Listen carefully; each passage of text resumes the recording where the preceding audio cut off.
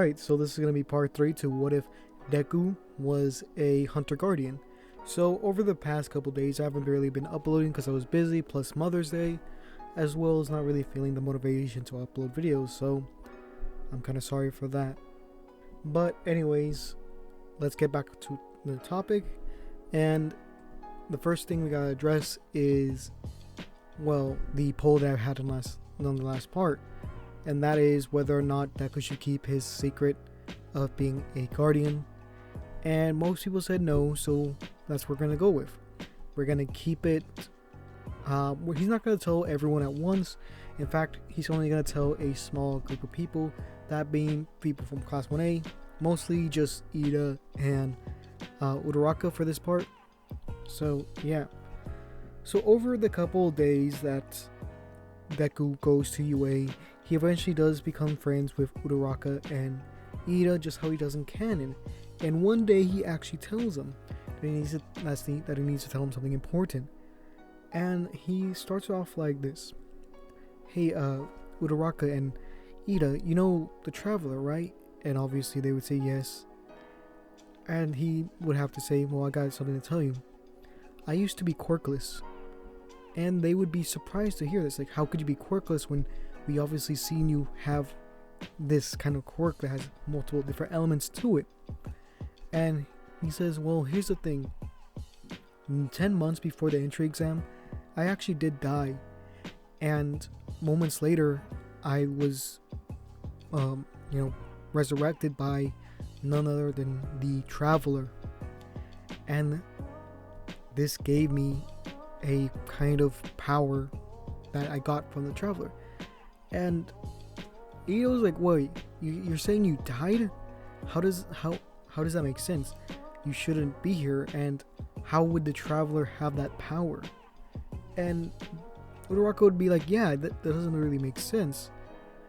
And this is where Deku's like, "Well, I'm not really sure too much, but here, check this out." And he would get his backpack, and this would come out. What would come out would be the ghost, and the ghost would explain that he is a creation of the Traveler, and Deku is a guardian, and his powers come from the light that comes from the Traveler, and that's why he basically is able to get these powers. So that's how it worked. After this, they would keep it a secret for now, because Deku isn't really too sure whether or not he should tell everyone, at least at this point. So the few days would pass, and this is when Aizawa would address them going to USJ. The USJ. So in this timeline, because of the Traveler and all those things, everything's more, advanced. Whether it be every common citizen and their lifestyle to UA and the USJ. So the USJ would have a lot more stuff to it than it does now. Specifically, with its technology, basically, and as well as security in, the UA would be a lot higher. So when Tomura Shiraki actually comes to steal the information, he doesn't actually get as much as he would have wanted in canon. So he doesn't really know what exact teacher is actually going to come to the USJ. All he knows is that All Might's coming. That's all he knows. So he does make up the plan to go and attack the USJ, just how he normally does in canon. So everyone would have to get ready, just how they do normally, and they would get on the bus to go to the USJ. One subtle difference that happens is that because of the Traveler coming, like I said before, technology is more advanced, and thus so is transportation. So they actually have to get to the USJ a lot faster than they do in canon. And because of the information that the League of Villains lack, they don't know what time exactly when they're going to come.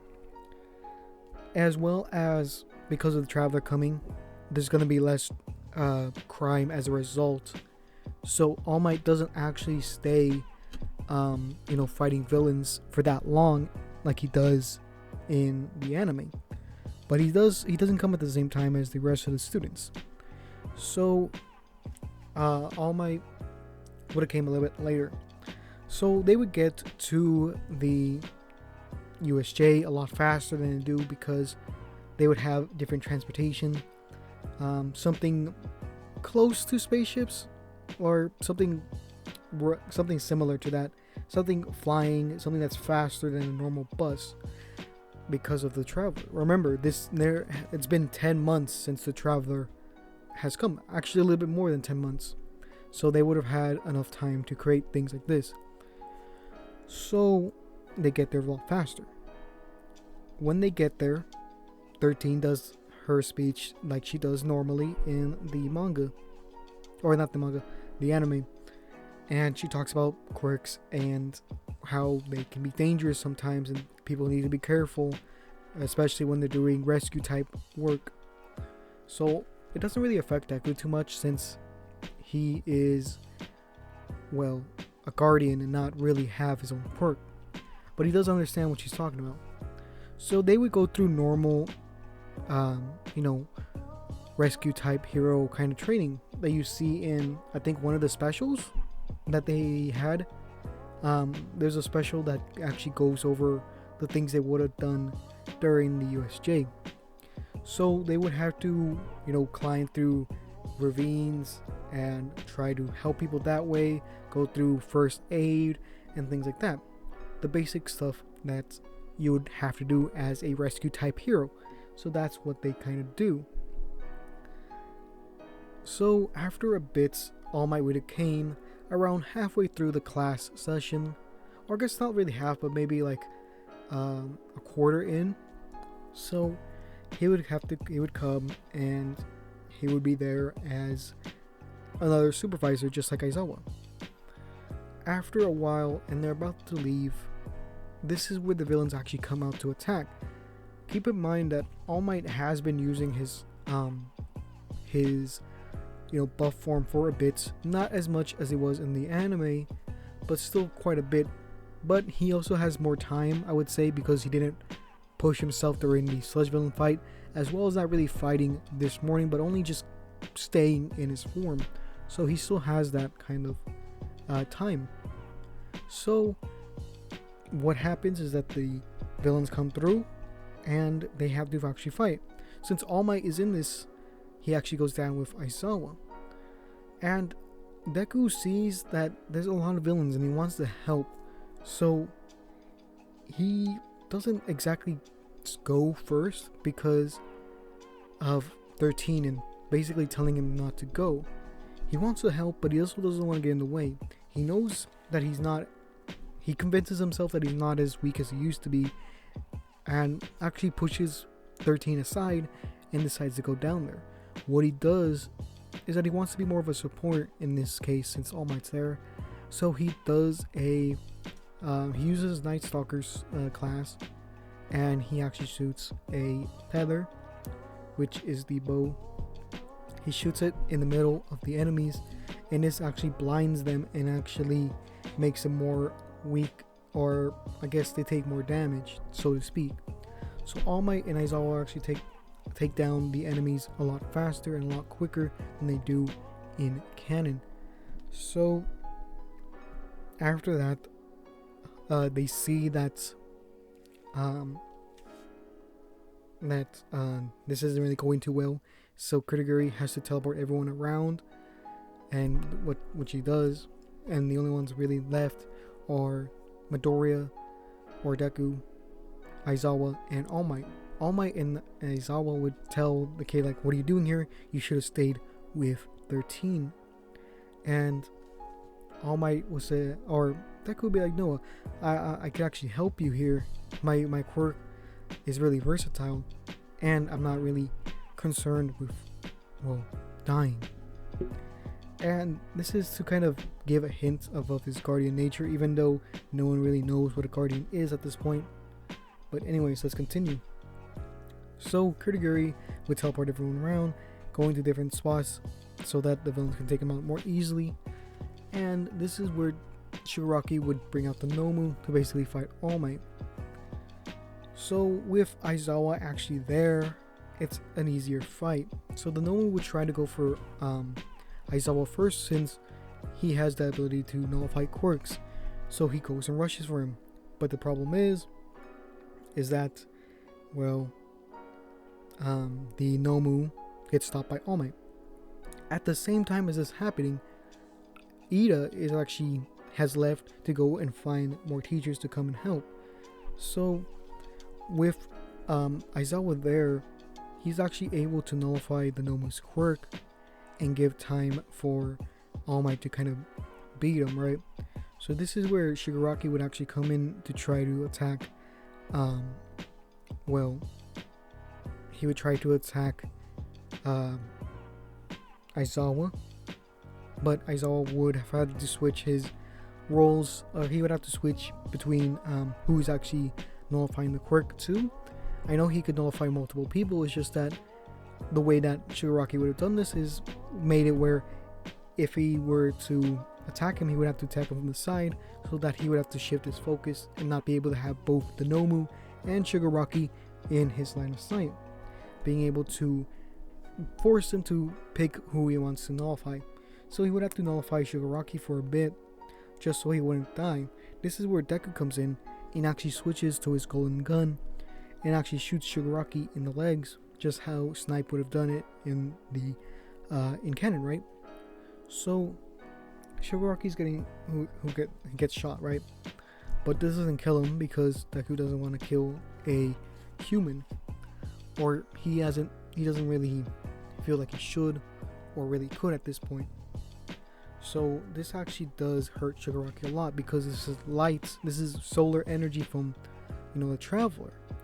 Especially since he's the only guardian, he would have the most light. So these burns are very, very hot, as well as not really able to put him out, at least just yet. So after this, Shigaraki basically passes out from the pain because this fire isn't going out.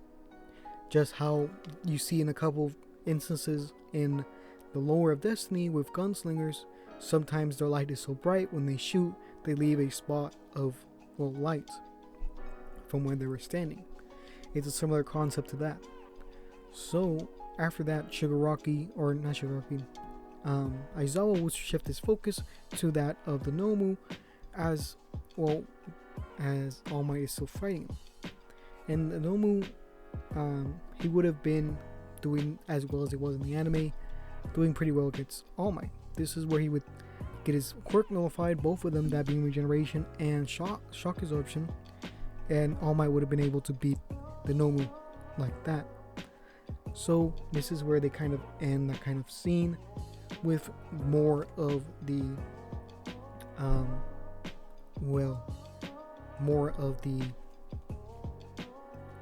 villains getting attacked or villains getting captured. So in this one, we're gonna say that Shigaraki and the League of Villains actually do get captured at this point, and yeah, so they get captured and they're actually sent to a high security prison. So don't worry, I'm gonna show how the story's gonna go after this, because we're gonna have to include the other races of the Destiny universe, just not just yet. So yeah, so after everything is done, All Might would have to basically hide so that no one sees his small form. And at this point, Deku doesn't really know All Might too well, other than being a fan of him. And All Might doesn't really know Deku too well, since to him he's just another student. But he sees great potential in him because of his quirk, or at least what he thinks is a quirk. So the media sees this and sees it as a kind of a win, because All Might is there at the beginning and actually does help out a lot, as well as no one really getting hurt. So yeah, if you made it to the end of this video, please comment down CS so that I know you support the channel. If you like this video, please give it a like, and if you want to see more of this series. If this series gets us 100 likes, at least on this video, I'll make part 4. And yeah, as well as if you like more of my content, please subscribe. And with that being said, this is going to be in the video. So yeah.